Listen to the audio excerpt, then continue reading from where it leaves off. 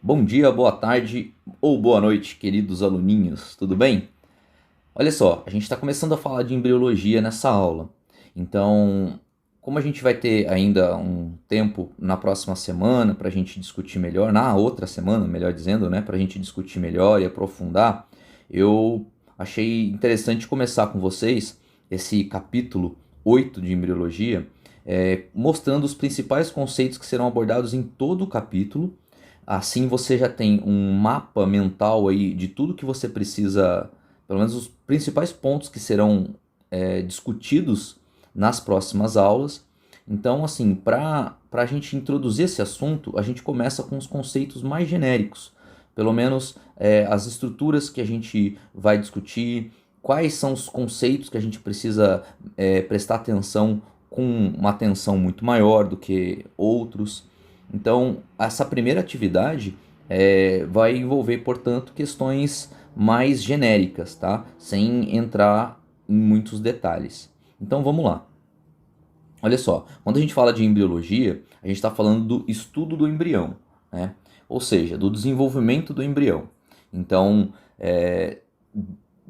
quais são as estruturas que são formadas durante o desenvolvimento de um embrião? Por exemplo, quando a gente fala de arquêntero, você lembra o que é? Quando a gente fala de blastóporo, quando nós falamos de vesícula vitelínica, quando nós falamos de alantoide. Então você lembra de todos esses conceitos? Então, além disso, quais são os processos envolvidos? Então você entende o que a gastrulação permite? O surgimento dos folhetos embrionários? Então são esses conceitos que a gente vai precisar trabalhar.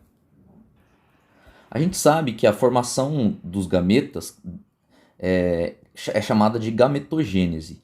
E é justamente a gametogênese que vai permitir a reprodução sexuada, né? Então nós entendemos que a reprodução sexuada é a união de gametas, que é o processo chamado de fecundação ou fertilização. E até hoje em dia, nós, né, numa sociedade mais moderna, nós temos até a possibilidade de fazer a fertilização in vitro.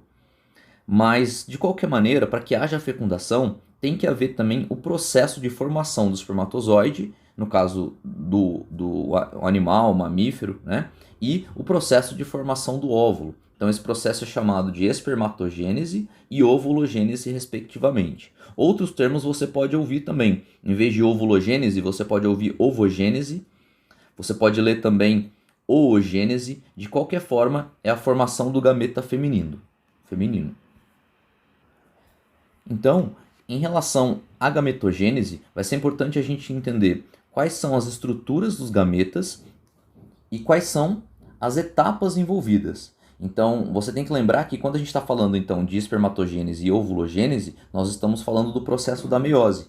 Então, a gente vai falar das fases, como você já viu as fases da meiose agora, a gente vai ver que o que vai acontecer na hora da formação do gameta. Então, vai surgir uma célula que é uma célula 2N, que vai dar origem para uma outra célula, que vai aumentar o número de cromossomos, já que vai duplicar na fase S, e aí vai haver o que a gente fala de processo de diferenciação, ou seja, quando o espermatozoide, uma célula vai gerar o espermatozoide, né? Então tem que haver o surgimento de flagelo, no caso do óvulo, as divisões que vão gerar tanto o ovócito secundário quanto o glóbulo polar. Então, essas etapas estão relacionadas, na verdade, às etapas da meiose. Só que a gente viu as fases da meiose e da mitose de uma forma mais genérica. Então, agora a gente vai falar dessa fase da meiose já aplicada à formação do espermatozoide, diretamente à formação do óvulo. Então, a gente vai falar mais das etapas que permitem a formação do espermatozoide, a diferenciação dele, e do óvulo, além das estruturas desses gametas. Então, onde que fica, por exemplo, a corona radiata, a zona pelúcida, porque no processo de fecundação essas estruturas são extremamente importantes. Então, como você já deve saber, a fecundação permite a formação do zigoto, né? A fecundação é o encontro dos gametas, então a gente vai, esse sinal de interrogação aqui é justamente para indicar, né, como acontece esse encontro de gametas. Por exemplo, o que se entende por membrana de fecundação, o que se entende por pronúcleo feminino e pronúcleo masculino, fusão dos núcleos, nesse caso, que a gente vai chamar de cariogamia ou anfimixia, mas a gente vai falar desse conceito mais para frente. E assim vai acontecer a formação do zigoto, ou seja, a primeira célula 2N que surge a partir do encontro de duas células N. E assim que o zigoto se forma, vão começar as divisões celulares. Elas são chamadas de clivagens. E as clivagens, portanto, vão permitir o desenvolvimento embrionário. Tá? Então, o termo clivagem está relacionado à divisão da célula. Ou seja, ou melhor dizendo, o termo clivagem significa cortar, significa dividir. Então a gente vai estar falando, em outras palavras, do processo de mitose. Né? A partir do zigoto de uma única célula, um indivíduo adulto com milhões, bilhões de células, trilhões de células, né? Um indivíduo adulto tem cerca de 100 trilhões de células. Então, para esse número gigante de células ser formado, obviamente temos que passar por um processo de mitose aí. E aí o que vai acontecer então? Assim que a célula ovo ou zigoto for formada, a maneira como se distribui a energia, ou melhor dizendo, a reserva energética dessa célula ovo, que na verdade são grânulos de lipídios e proteínas, que vão dar, nesse caso, aminoácidos, que vão dar energia para os ovos se desenvolverem. Né? Então, quando a gente fala de ovo, na verdade a gente está falando de zigoto, porque a célula ovo, a gente pode chamar ela de zigoto também. Então, existem diferentes tipos de ovos que estão relacionados à maneira como essa reserva energética está distribuída dentro desse ovo. Ele pode estar distribuída só num canto do ovo, só num polo, pode estar distribuída de maneira igual por todo o ovo. Então isso permite que as divisões celulares, ou seja, as mitoses, aconteçam de uma maneira diferente. Então isso é um conceito importante que você precisa lembrar desde já, que a distribuição dessa reserva energética na célula ovo vai permitir que as mitoses aconteçam em velocidades diferentes. Então vai começar a ter células que vão se dividir mais rápido do que outras no embrião. E essa divisão diferente, essa velocidade diferente de divisão, que vai permitir as diferentes fases do desenvolvimento embrionário, ou também que vai permitir a formação de diferentes seres vivos, porque é a partir desse desenvolvimento e dessas divisões celulares que vai acontecer o surgimento do embrião. Então, por que um embrião de uma cobra tem o formato que ele tem? Por que o embrião de um mamífero tem esse formato? Então, isso depende tudo da maneira como se divide desde o início, e isso também está ligado à maneira como se organiza essa reserva energética, que nós chamamos de vitelo. Então é por isso que existem diferentes tipos de ovos. Então tá aqui, ó. Essas clivagens, essas divisões do zigoto, elas dependem da distribuição do vitelo.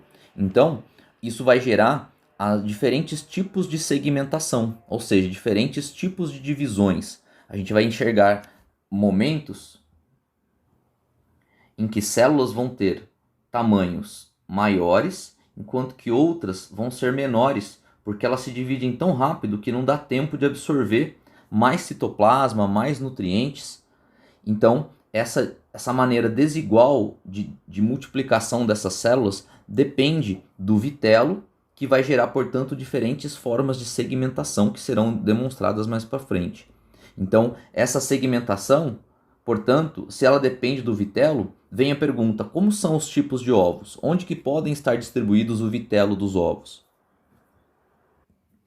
Então, quando a gente fala de fases do desenvolvimento embrionário, nós estamos falando de um período médio no ser humano de 8 semanas, que a partir daí nós não chamamos mais de embrião, né? E sim o ser vivo ali formado a gente vai chamar de feto já. Então, as fases do desenvolvimento embrionário são essas, ó, a blástula, a mórula, a gástrula e neurula. Existem outras, eu poderia falar, na verdade essas são as estruturas do desenvolvimento embrionário que são formados. Então, na blastulação vai se formar a blástula, na morulação vai formar a mórula, na gastrulação vai formar a gástrula, na neurulação vai formar a neurula. Tá? Então é na fase de blástula, por exemplo, que vão surgir as células tronco embrionárias. São essas células que podem gerar todo tipo de tecido, justamente porque essas células ainda no embrião, elas não sabem se elas vão ser células ósseas, células sanguíneas, células cartilaginosas, mas aí depende da fase que você vai conseguir pegar essas células. Se for um estágio um pouquinho mais avançado, você já não consegue formar alguns tipos de células, porque alguns genes já foram ativados. Mas quando se fala de células tronco embrionárias, grava essa fase de blástula que vai te ajudar bastante. Outra fase importante que vale a pena lembrar então é essa fase que existe a formação da gástrula. Por quê? Porque é na formação da gástrula que a gente consegue diferenciar seres vivos protostômios de seres vivos deuterostômios. Então, você lembra a diferença entre um conceito e outro? Além disso, os folhetos germinativos. Quais são os folhetos germinativos mesmo? São a ectoderme, a endoderme e a mesoderme. Qual é a ordem que eles se formam? Então, esses conceitos também serão trabalhados. E no final dessas 8 semanas vai acontecer a neurulação, ou a formação da neurula, que acontece na fase em que acontece o desenvolvimento do sistema nervoso nosso. Então, alguns eventos importantes serão discutidos aí também. E depois disso, o que vai acontecer? Aí vem a formação do feto. Ó. A formação do feto já forma aí não mais os tecidos e folhetos embrionários, mas sim os órgãos. Então, quando a gente está falando da formação dos órgãos, nós estamos falando da organogênese. Então, aí nós já temos aí o feto formado, né? E aí, quando a gente fala do feto formado, outro termo, outro conceito que vai ser trabalhado também serão os anexos embrionários. Então, quais são os anexos embrionários? Aqui estão apontados 2 deles, como o cordão umbilical e a bolsa amniótica. Mas quais são os outros que existem? Então são esses que a gente vai trabalhar também. Então esse capítulo 8, ele vai abordar todos esses conceitos. Portanto, isso foi uma introdução para você entender que quando a gente estiver falando lá da gástrula, a gente estiver focando um tempo da aula só falando da gástrula, você tem que entender que nessa aula a gente vai falar de conceitos como protostômio, deuterostômio, e que na verdade essa aula é só uma fase. Esse momento da aula, né, vai ser só uma fase de todo o processo de desenvolvimento embrionário que começa desde a formação da célula ovo ou zigoto e vai até a formação do feto com todos os órgãos formados, tá ok? Então a gente encerra por aqui. Espero que essa aula introdutória tenha fornecido aí uma base boa para você entender os conceitos daqui para frente, tá ok? Então bom descanso para você, né? Primeiro boa atividade e depois bom descanso para você.